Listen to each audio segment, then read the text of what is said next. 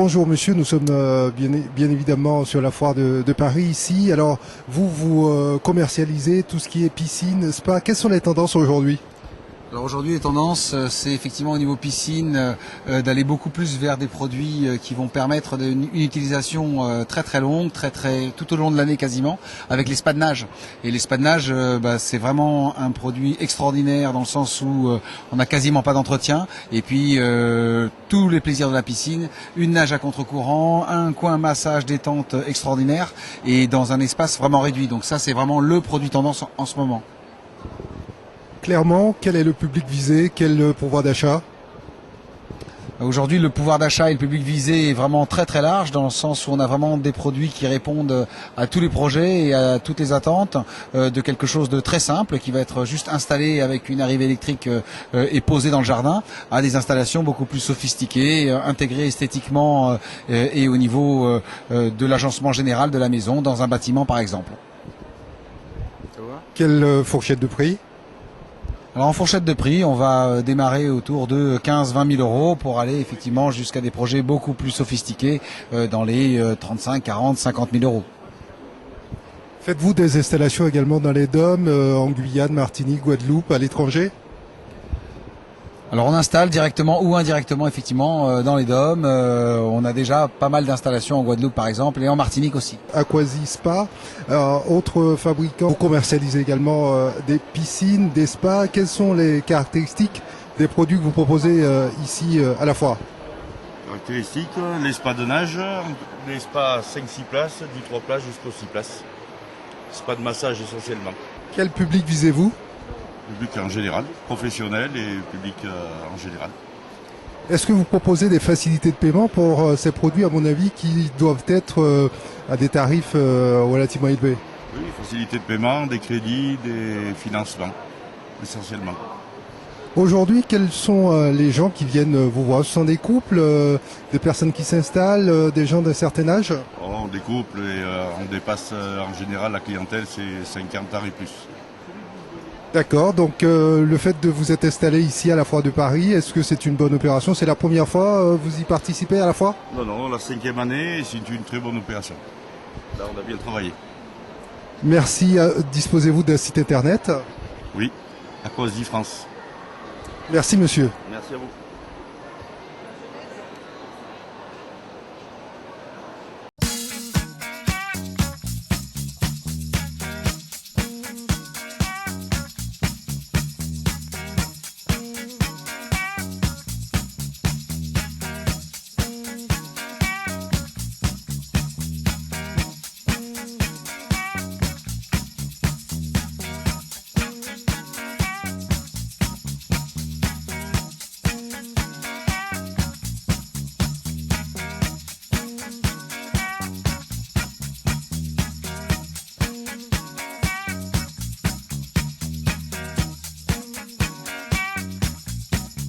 À la foire de Paris, nous voilà maintenant au niveau du stand de la Guyane où on peut voir la base spatiale, on peut voir également le Marais de Caux. Et pour nous parler de tout ça, monsieur Joël Coetta, bonjour. Bonjour. Alors quel message souhaitez-vous faire passer par la présence justement ici à la foire de Paris de ce stand aux couleurs de la Guyane? Alors c'est tout d'abord une volonté politique du président de la collectivité territoriale de Guyane, M. Rodolphe Alexandre, de montrer une dynamique en fait de développement de ce qui se passe en Guyane et également de promouvoir le territoire à travers les artisans, à travers tous les exposants, les 22 exposants qui se trouvent dans l'espace Guyane dans cette foire. D'accord, l'espace Guyane, c'est combien de mètres? C'est vrai que là, quand on arrive, le plus grand espace est occupé par le Marais de Caux et la base spatiale. C'est une volonté de mettre en avant ces deux structures par rapport aux autres? Alors tout à fait, l'espace en question est l'espace institutionnel, celui vraiment de la collectivité territoriale. Et le CNES nous accompagne sur cette foire. Donc effectivement, autour du stand institutionnel, on a toutes les forces de Guyane, en fait, à savoir le bois, l'or, l'art aussi, l'art bushinengue, l'art amérindien, et également tout ce que vous voyez, le comité de tourisme guyanais, avec les marais de cours, la pêche que vous pouvez pratiquer en Guyane, en fait l'écologie, voilà, tout ce qui compte. Alors, qu'est-ce qui est recherché précisément? Faire connaître la Guyane ou vendre les produits de la Guyane en faisant le déplacement ici à la Foire de Paris? C'est vraiment, c'est toute une dynamique en fait.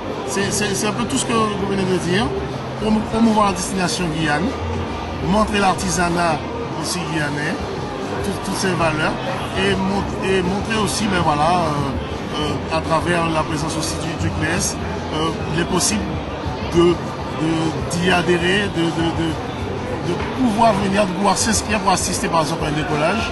Et également, vous avez sur d'autres stands la destination Guyane qui propose différentes attractions lors d'un éventuel passage chez nous. Monsieur Joël Kota, j'imagine que ce n'est pas la première fois que vous participez à la foire. Quel bilan faites-vous des années précédentes? C'est vrai que avant la collectivité territoriale, c'était la région Guyane. Mais maintenant, le président souhaitait poursuivre la présence de la Guyane. Et c'est vrai qu'on a noté une évolution parce que où il y a 3 ans, il y avait peut-être que 4 ou 5 stands guyanais. Aujourd'hui, il y en a 22. Il y a 22 exposants guyanais. Et c'est vrai qu'on a aussi noté qu'il y a quelques débouchés arrivent à se faire, notamment en matière de bois. Et d'autres produits aussi, sur la pêche et tout, et même l'or. Donc on a vu que certains exposants aujourd'hui arrivent aussi à exporter parce qu'ils arrivent à tisser des relations avec des importateurs ici et c'est aussi le but recherché. Alors on connaît les problèmes économiques que rencontre la Guyane. Les chiffres du chômage sont sortis. La Guyane, c'est le seul département où le chômage continue à augmenter. Est-ce que vous vous attendez, par le biais de ce type d'initiative, d'agir sur le marché de l'emploi et faire en sorte que les jeunes puissent trouver du travail et la population active aussi remettre cette population-là sur la voie du marché du travail? Je crois que l'augmentation du chômage en Guyane est propre à tous les départements de France. En tout cas, c'est le seul département où le chômage continue à augmenter, comparativement aux autres, et l'Hexagone compris. Je vous dirais que faut savoir que la Guyane a la population la plus jeune de France. Donc aujourd'hui, voilà, il faut mettre, ça c'est le rôle des politiques, hein. Et le président s'y attelle vraiment, puisque justement, il était cette semaine à Bruxelles, parce qu'il faut chercher des fonds, parce qu'effectivement, des fois, le gouvernement vous donne des compétences, mais des fois, ce sont les fonds. Donc le président, il se bat à travers cela, notamment au Parlement européen.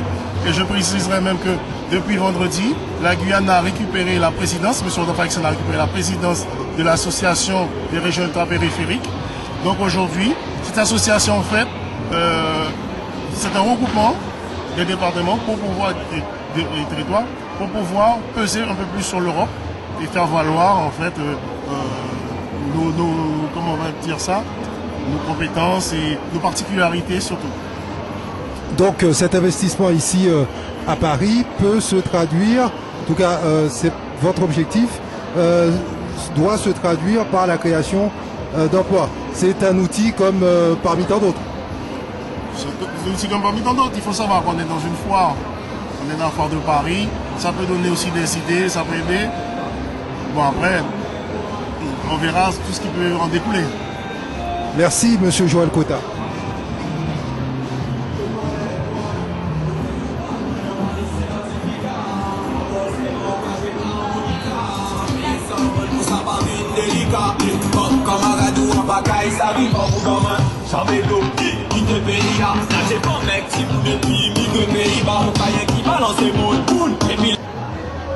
Alors, toujours ici à la foire de Paris, nous voilà maintenant au stand Stella First Création.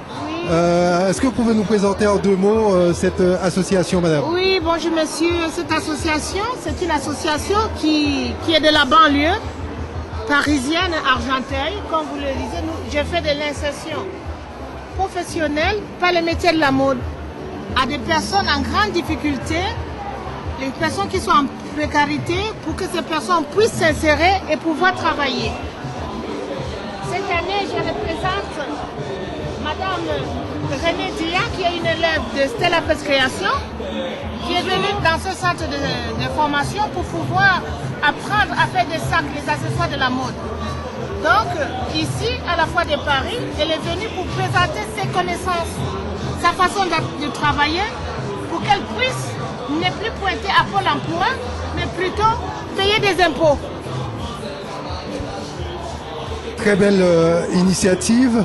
Vous êtes aidé aujourd'hui, peut-être pas suffisamment pour accueillir encore plus de gens en difficulté?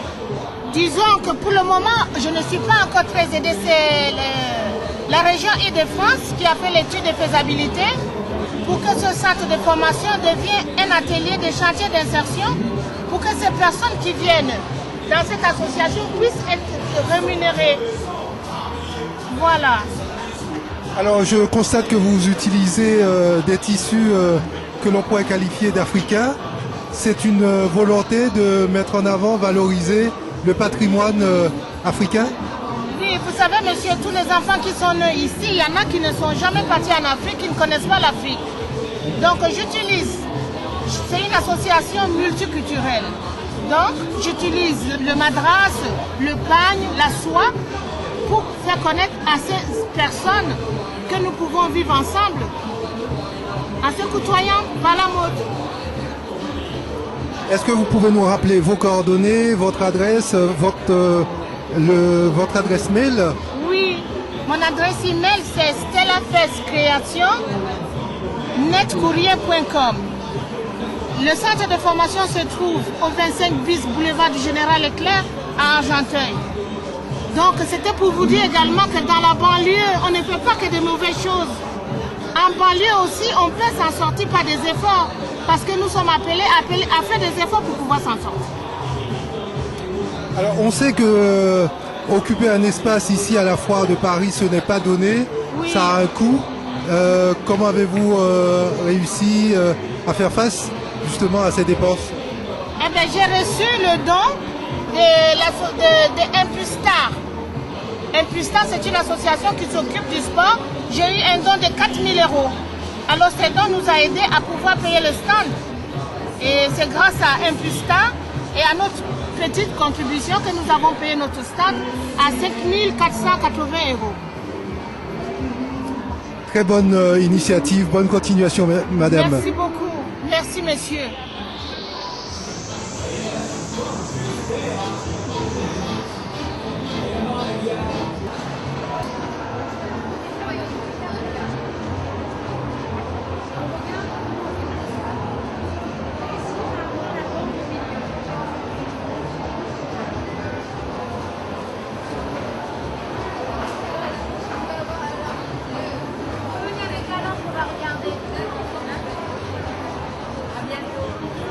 Bonjour madame, Radio Mayuri Campus située à l'université de Guyane.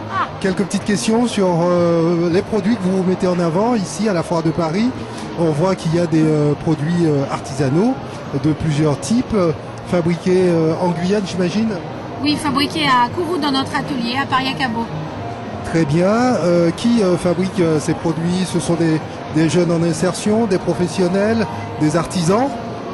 Non, c'est des ouvriers qui sont dans notre atelier, un sculpteur, un tourneur qui travaille avec nous, un ébéniste. D'accord. Alors, qu'est-ce que ça peut vous rapporter, le fait d'être présent ici à la Foire de Paris? Est-ce que c'est la première fois que vous y participez? C'est la deuxième participation. C'est très important pour nous parce que les gens ne connaissent pas les bois de Guyane et qu'on essaie vraiment de travailler à l'export et de faire connaître les bois de Guyane.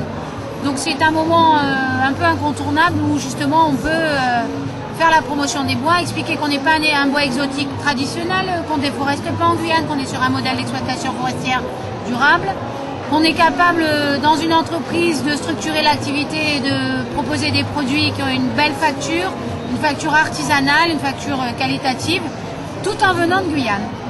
Alors quand on évoque bois de Guyane, le premier argument qu'on entend souvent c'est le prix. Bois de Guyane trop cher, inaccessible pour les petites bourses. Que pouvez-vous répondre à cela? Alors je répondrai deux choses. La première, c'est qu'on a des cadeaux à partir de 3 euros. Donc si à 3 euros on ne trouve pas un cadeau pas cher, c'est qu'on n'y met pas la bonne volonté. La deuxième chose, c'est que quand on achète du chêne au mètre cube, il coûte aussi cher que d'acheter de la mourette. Alors, on ne peut pas dire que les bois de Guyane soient chers, ils ont le prix des bois massifs. Et quand on achète du bois massif, effectivement, ça coûte plus cher que d'acheter du bois recomposé. Mais c'est des prix de bois qui sont les prix courants des bois qu'on trouve en France et ailleurs sur le marché. Où sont commercialisés en Guyane ces différents produits hormis Kourou? Y a-t-il des lieux à Cayenne où on peut également se les procurer? Non, pour le moment, on trouve nos produits dans une petite boutique en face du glacier des Deux Lacs. On travaille un petit peu avec quelques entreprises, mais voilà, on n'a pas de point de vente sur Cayenne. Mais pourquoi pas, on est en attente, en demande. Alors on entend dire que les prix au mètre carré sont hyper élevés ici à la foire. Est-ce que vous avez bénéficié des aides des collectivités pour pouvoir faire le déplacement jusqu'ici à la foire de Paris et être présente pendant ces 10 jours? Oui, alors on a bénéficié effectivement de l'aide de la collectivité territoriale de Guyane qui nous aide et qui supporte le stand, qui nous permet de venir parce que sinon on ne pourrait pas se permettre de le faire. Parce que pour l'instant on est encore en amorce, on est encore une jeune entreprise, on ne génère pas un chiffre d'affaires qui nous permette de payer le salaire de la personne qui travaille avec nous, d'assurer tous les frais, le fret, les assurances et tout ce qui est connexe au salon. Est-ce que entre nous vous avez fait des ventes depuis votre installation ici? Alors, c'est assez fluctuant la foire de Paris. On va faire une journée à 100 euros et on va faire une journée à 2000. Donc, c'est vraiment très, très aléatoire. Hier, on avait 54 euros en caisse à 17h et puis on a des clients qui sont venus nous acheter des bancs et voilà, notre caisse a été multipliée par 10 donc en l'espace de 5 minutes. Donc, c'est très, très relatif. On attend la fin de la foire pour faire un bilan et voir véritablement ce qu'il en ressort. Quel est votre objectif d'ici la fin de la foire? Notre objectif? En chiffre d'affaires? En chiffre d'affaires, au minimum, il faudrait qu'on fasse 12 000 euros pour rentabiliser l'opération. Maintenant, si on était à 25, ça serait quand même le chiffre d'affaires idéal. C'est tout le mal que l'on vous souhaite. Ah oui, à nous aussi. On y travaille énergiquement.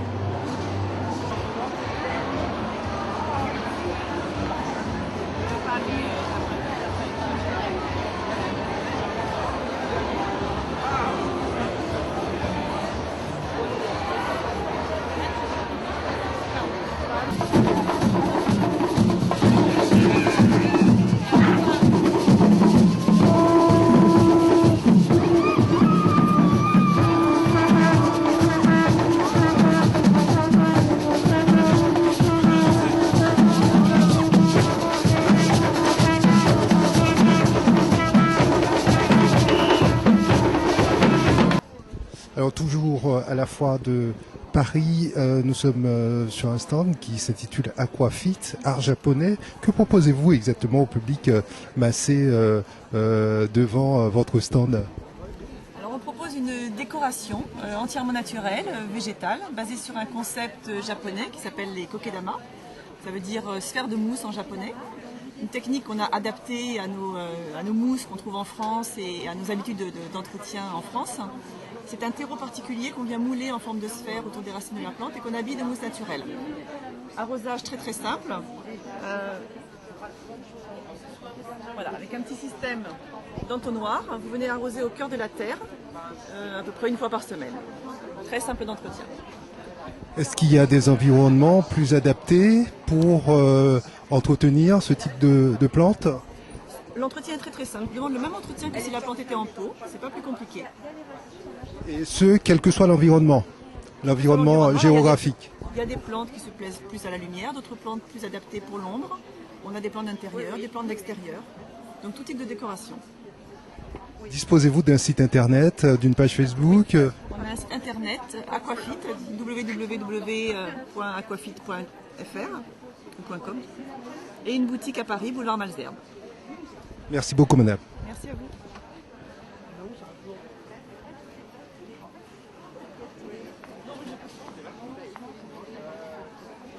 Alors, toujours ici à la foire de Paris, nous sommes actuellement au stand Atelier d'art de France, sous lequel on propose en l'occurrence des luminaires personnalisés. C'est bien cela. Bonjour monsieur, c'est vous qui êtes le responsable de ce stand? Oui, bonjour, je suis Junior Fred Jacquet, donc plieur de papier, et donc je crée des éléments en papier pliés, froissés. Alors ces luminaires, comment sont-ils fabriqués, avec quelle matière? Ces sculptures lumineuses sont fabriquées en fait en papier et fabriquées à la main, donc c'est que des pièces uniques qui sont pliées et modelées par mes soins. D'accord. Quels sont les prix, si c'est pas indiscret? Quelles sont les fourchettes de prix? Alors les fourchettes de prix ne sont avant tout en fonction des projets, parce que je fais beaucoup en fait de mise en scène, d'installation, et donc c'est des prix qui sont en fait en fonction du projet que me propose le client. J'ai pas de prix en fait ou de fourchette de prix. Alors le fait d'exposer ces produits ici à la Foire de Paris, est-ce que ça vous permet de toucher un public autrement, vous auriez beaucoup plus de mal à atteindre? Alors, je n'ai pas de problème à atteindre mon public cible. Là, du coup, je suis présent à la Foire de Paris parce que cela me permet tout simplement d'être présent plus proche du grand public. En soi, je n'ai pas de problème pour communiquer sur mon travail. Comme je sais que j'ai un travail qui est assez particulier, je trouvais que c'était intéressant d'être présent à la Foire de Paris pour que les personnes qui ne me connaissent pas puissent découvrir en fait ce type de travail. Et disposez-vous d'une page Facebook? Êtes-vous présent sur les réseaux sociaux? Oui, alors ma page Facebook c'est Oznoun, O-Z-N-O-O-N,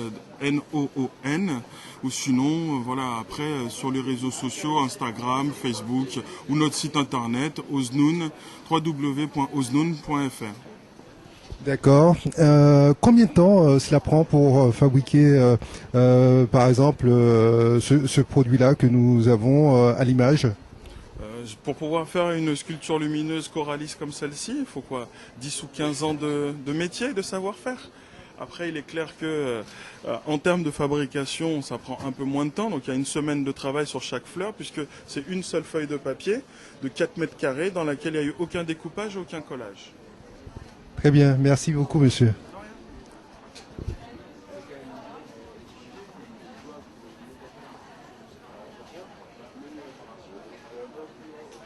Et nous sommes en compagnie de monsieur Sabas qui met en avant un certain nombre d'ouvrages, notamment de Léon Contredamas que nous connaissons tous. Bonjour monsieur. Bonjour. Est-ce que c'est la première fois que vous participez à la Foire de Paris et qu'attendez-vous en termes de retombées de cette foire? Alors, ce n'est pas la première fois que je participe à la foire, ça doit être la 3e fois. Mais c'est la première fois que je participe en étant présent à l'espace de la collectivité territoriale de Guyane, l'espace guyanais je vais dire. Oui. D'accord, un espace où un petit peu pauvre on dirait à première vue. Que se passe-t-il? Alors, pauvre, moi je dis non, si on privilégie non pas la quantité mais la qualité. Et donc il n'y a pas une centaine de bouquins, en gros on va dire il y a une quinzaine entre moi et mon collègue juste à côté. Moi, ce dont je traite, c'est de cette histoire qu'on n'apprend pas dans les écoles. Je dis l'histoire des peuples noirs. Et on ne l'apprend pas dans nos écoles. Dans nos écoles, en gros, ce qu'on nous dit, pour ce qui est de l'émergence de la civilisation, on nous dit c'est l'Europe avec la Grèce antique, la Rome antique qui nous apporte la civilisation. Eh bien, moi j'ai une autre version de l'histoire que le professeur Cheikh Anta Diop a mise en évidence. C'est un Sénégalais qui a travaillé sur l'histoire des peuples noirs en général, avec son berceau qui est l'Afrique. Et lui, justement, il apporte la preuve scientifique que c'est l'Afrique qui est le berceau de la civilisation. C'est elle qui invente l'écriture, les mathématiques, les sciences, le monothéisme, tout ce qu'on admire aujourd'hui. L'Afrique l'invente plus de 6000 ans en arrière, à une époque où la Grèce était dans la barbarie. Donc voilà, c'est le propos que je dirais, que je développe. Je parle de cette grande histoire en m'appuyant sur les grands penseurs. Donc voilà pourquoi j'ai parlé de Damas, Léon Contredamas, j'ai parlé d'Aimé Césaire, j'ai parlé de moments aussi importants en Guadeloupe, mai 1802, avec Delgrès, Ignace, Solitude, etc. Et j'ai parlé de Cheikh Anta Diop, qui pour moi est la base de mon écriture. Est-ce que vous pouvez nous présenter les différents ouvrages qui sont exposés ici sous votre stand? Oui, mieux ce que je propose, c'est que je mette en avant les livres qui pour moi sont les plus significatifs de mon travail. Celui-ci, comme je disais au début, c'est la qualité que je privilégie et pas la quantité. Voilà pourquoi je dis que notre stand est riche, très riche. Ici, c'est un petit livre d'une trentaine de pages qui s'adresse aux enfants. C'est une petite biographie du professeur Cheikh Anta Diop pour les enfants de 3 à 8 ans. Ça n'existait pas à ce jour, et bien moi je l'ai créé, considérant que les enfants c'est l'avenir, et ce sont eux qui, je dirais, sont le mieux à même de tirer le plus grand profit de ce type de lecture, où ils sont valorisés, les enfants noirs en général sont valorisés, alors que je redis, dans l'histoire qu'on nous enseigne, à aucun moment on ne nous dit voilà une invention qui provient de l'Afrique ou qui provient des Noirs. Aux États-Unis par exemple, les Noirs créent énormément, mais jamais on ne nous dit ça c'est une invention venant des Noirs américains. Nous voici ici à l'espace technologique au 3e étage où vous pouvez apercevoir quelques téléviseurs, entre autres, de la marque Samsung à l'écran.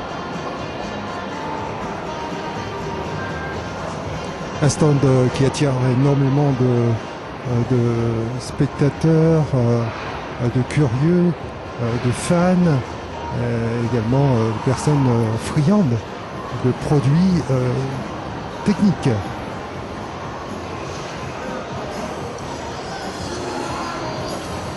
Ici, nous sommes chez Bose pour les enceintes.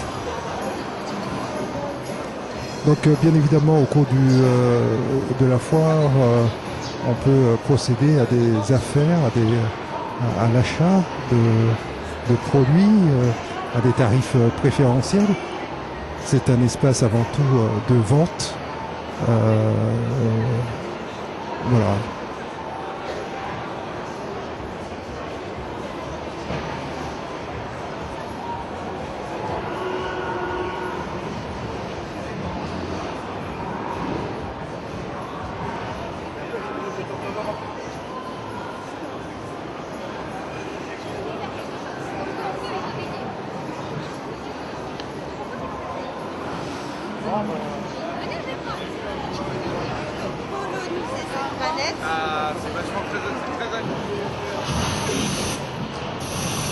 Un home cinéma où on peut avoir l'impression, la sensation d'être dans une salle en 3 dimensions avec un son exceptionnel.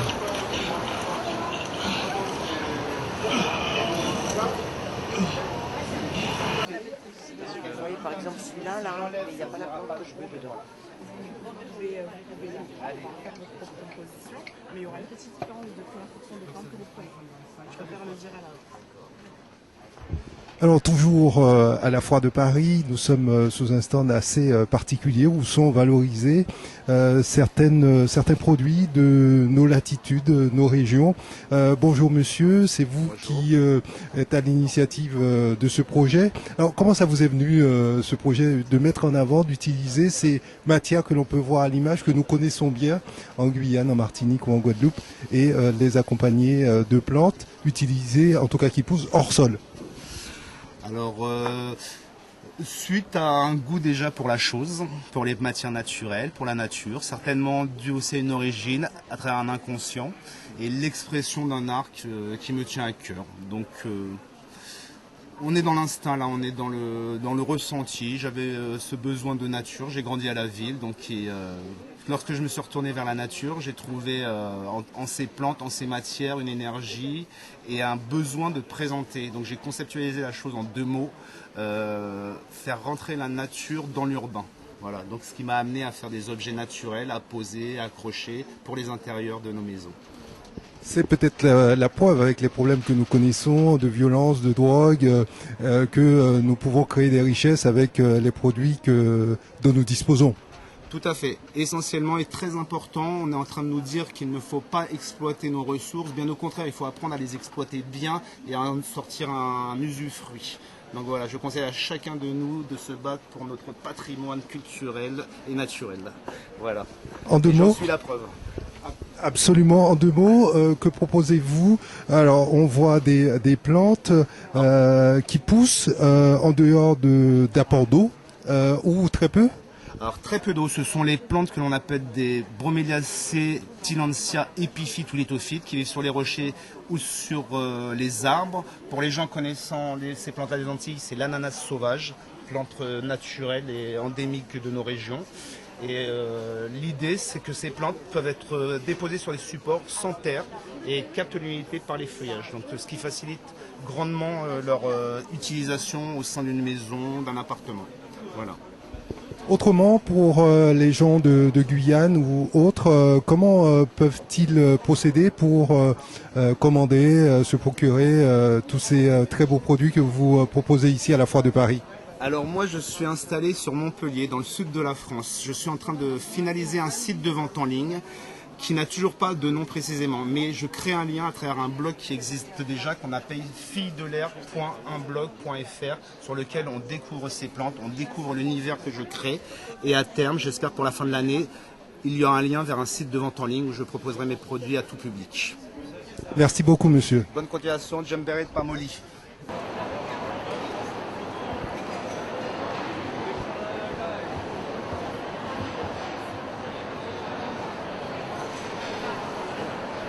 Nous sommes toujours à la Foire de Paris où nous continuons notre petite balade et nous voici au stand BO avec un monsieur qui va donc nous présenter cet aspirateur intelligent, ce robot aspirateur. Alors ça y est, c'est fini, on n'a plus besoin de s'occuper de l'aspirateur, on peut faire autre chose pendant que l'appareil nettoie la maison. Monsieur, bonjour. Bonjour, c'est Biard, enchanté. Non, on n'a plus besoin d'appareil. Aujourd'hui, on a créé, si vous voulez, des robots intelligents qui puissent passer de pièce en pièce tout seuls, avec des autonomies de 3 heures, par exemple, pour 150 mètres carrés, qui vont donc aspirer et laver vos sols. Technologie qui existe déjà depuis 15 ans, quand même, pour tout vous dire. Quelles sont les caractéristiques? Donc, c'est un produit qui arrive à faire la différence entre un endroit propre et d'un endroit sale, monsieur? Non, absolument pas. Mais par exemple, il va passer tout seul de pièce en pièce. Vous laissez vos portes ouvertes. Il a des caméras, des capteurs. Il enregistre les meubles à 10 cm du sol. Et bien sûr, il va faire le tour de chaque pied de chaîne. Il va rentrer dans la première pièce, il va visionner, etc. Et après, il va changer de pièce tout seul. Et il va faire ça de pièce en pièce tout seul. Donc 3 heures pour 150 mètres carrés. S'il a passé d'autonomie, bien sûr, il va les recharger tout seul sur une petite base noire que vous avez derrière là-bas. Et au niveau de l'entretien, comment cela se passe? Est-ce que une fois l'appareil sale, comme les anciens aspirateurs, on sait qu'il fallait changer les sacs, comment ça se passe pour cela? Ici, vous n'avez pas besoin de changer de sac, vous avez un bac à l'intérieur. Donc ce bac-là, si vous aviez 150 mètres carrés, comme il va compacter à l'intérieur par rapport à sa puissance d'aspiration, vous allez le vider tous les 8 jours. Donc, vous avez un petit bac intérieur, l'appareil vous dit quand il est plein, vous l'arrêtez tout simplement, vous l'ouvrez. Et ici, ça va être un petit bac. Ça va compacter, si vous voulez, la poussière à l'intérieur. Ça va vous faire une briquette de poussière. Comme une briquette de mur, compacte à l'intérieur, vous le videz tout simplement à la poubelle. Vous le remettez dedans. Tout simplement, si vous le remettez mal, l'appareil vous dira « je suis mal mis » puisqu'il vous dit toutes les erreurs que vous pouvez faire. Hop, je le remets, et là, je le renvoie. Première puissance d'aspiration. Si je veux augmenter la puissance d'aspiration, je mets le turbo avec ma petite télécommande pour les gens qui ont des animaux, des moquettes, des tapis, etc. Très bien. Merci. J'augmente la puissance d'aspiration avec le turbo. Et là, je vais donc pouvoir aspirer beaucoup plus fort. Écoutez, merci monsieur pour tous ces renseignements. Bien évidemment, pour en savoir plus, on peut se rendre sur votre site internet? Oui, tout à fait, sans problème. Et puis on pourra vous renseigner plus. www.bo? BO, tout à fait. Merci. Merci, bonne journée. Merci. Nous clôturons ce reportage ici à la Foire de Paris par les tondeuses automatiques, autoportées, comme vous pouvez voir sur ces images. Ces tondeuses peuvent couper jusqu'à une surface de 3000 mètres, ce qui est quand même extrêmement important. Le bémol aujourd'hui par rapport à ces tondeuses, c'est certainement encore les prix qui sont relativement élevés, puisque on est sur un tarif de 2100 à 2300 €. Un produit qui serait plus qu'intéressant dans un environnement comme la Guyane, où l'herbe pousse très vite à une vitesse très importante. Voilà, je vous laisse admirer ce petit bijou technologique qui, pendant que vous regardez la télévision, vous tond votre pelouse jusqu'à une surface de 3000 mètres. Un produit développé et commercialisé par la marque Honda. Dans un instant, nous aurons les explications de la chargée de marketing qui nous en dira davantage sur cette tondeuse autoportée. A tout de suite. Nous continuons notre périple ici à la Foire de Paris. Nous sommes sous le stand de Honda. Où nous découvrons la dernière tondeuse autoportée, robotisée, que vous allez nous présenter en quelques mots. Bonjour. Bonjour. Vous êtes donc la responsable marketing et communication. Alors ce produit, que peut-on en dire? Est-ce que il équivaut aux tondeuses que l'on utilise aujourd'hui, aussi bien des tondeuses automatiques ou des tondeuses manuelles? Alors en fait, la particularité de ces tondeuses robotisées, c'est essentiellement de dégager du temps libre, donc tout simplement de laisser faire notre tondeuse intelligente s'occuper de votre jardin pour pouvoir faire d'autres activités. L'idée de ces tondeuses, c'est vraiment d'avoir une pelouse à long terme très dense et très saine, tout simplement parce qu'on est sur un système de travail de micro-mushing. Donc ça va couper très finement l'herbe en débris, en tout petits débris, et ça va redéposer sur la pelouse comme si c'était un engrais naturel finalement. Jusqu'à quelle hauteur peut-elle intervenir, cette tondeuse?